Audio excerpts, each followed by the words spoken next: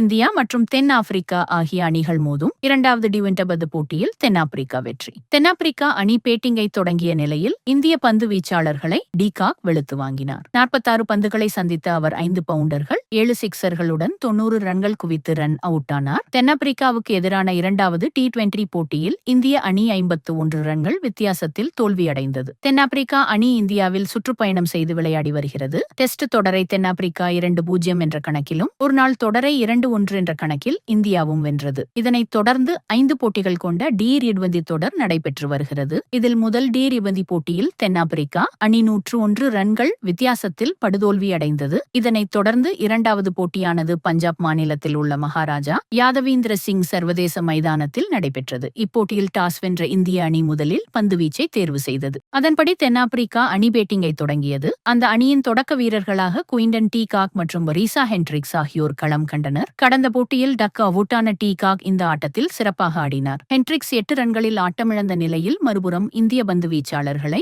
டி-காக் வெளுத்து வாங்கினார். 46 பந்துகளை சந்தித்த அவர் 5 பவுண்டர்கள் 7 சிக்சர்களுடன் 90 ரன்கள் குவித்து ரன் அவுட் ஆனார். இதனைத் தொடர்ந்து வந்த கேப்டன் எய்டன் மார்கரம் 29 ரன்களிலும் டிவால்ட் பிரேவிஸ் 14 ரன்களிலும் ஆட்டமிழந்தனர். டோனாவன் ஃபெர்ரிரா 30 ரன்களும் டேவிட் மில்லர் 20 ரன்களும் எடுக்க நிர்ணயிக்கப்பட்ட 20 ஓவர்களில் தென்னாப்பிரிக்கா அணி 4 விக்கெட் இழப்புக்கு 213 ரன்கள் குவித்தது. இந்திய அணி தரப்பில் வருண் சக்கரவர்த்தி 2 விக்கெட்டுகளும் அக்சர் படேல் 1 விக்கெட்டும் வீழ்த்தினர். பெரிதும் எதிர்பார்க்கப்பட்ட ஆர்தீப் சிங் 44 ரன்களும் ஜஸ்பிரீத் பும்ரா 45 ரன்கள் கொடுத்தும் விக்கெட்டுகள் எதையும் கைப்பற்றவில்லை. அது மட்டுமல்லாமல் எக்ஸ்ட்ராஸ் வகையில் 22 ரன்களை இந்திய அணி வாரி வழங்கியது. 16 வைடுகள் போடப்பட்ட நிலையில் அதில் 8 வைடுகளை ஹர்தீப் சிங் வீசினார். இதனைத் தொடர்ந்து 214 ரன்கள் எடுத்தால் வெற்றி என்ற இலக்குடன் இந்திய அணி களம் கண்டது. சுப்மன் கில் டக் அவுட் ஆனார். அபிஷேக் சர்மா 17 ரன்களிலும் கேப்டன் சூரியகுமார் யாதவ் 3 ரன்களிலும் ஆட்டமிழந்தனர். இதனிடையே திலக் வர்மா மட்டும் ஒற்றை ஆளாக போராடினார். அவர் 62 ரன்கள் குவித்த நிலையில் ஹர்திக் பாண்டியா 20 ரன்களும் ஜிதேஷ் சர்மா 27 ரன்களும் எடுத்தனர். மற்ற வீரர்கள் சொற்ப ரன்களில் அவுட் ஆயினர். இதனால் அந்த அணி 20 ஓவர்களில் அனைத்து விக்கெட்டுகளையும் இழந்து 162 ரன்கள் மட்டுமே எடுத்தது. இதன் மூலம் 51 ரன்கள் வித்தியாசத்தில் தென்னாப்பிரிக்கா வெற்றி பெற்றது. இதனையடுத்து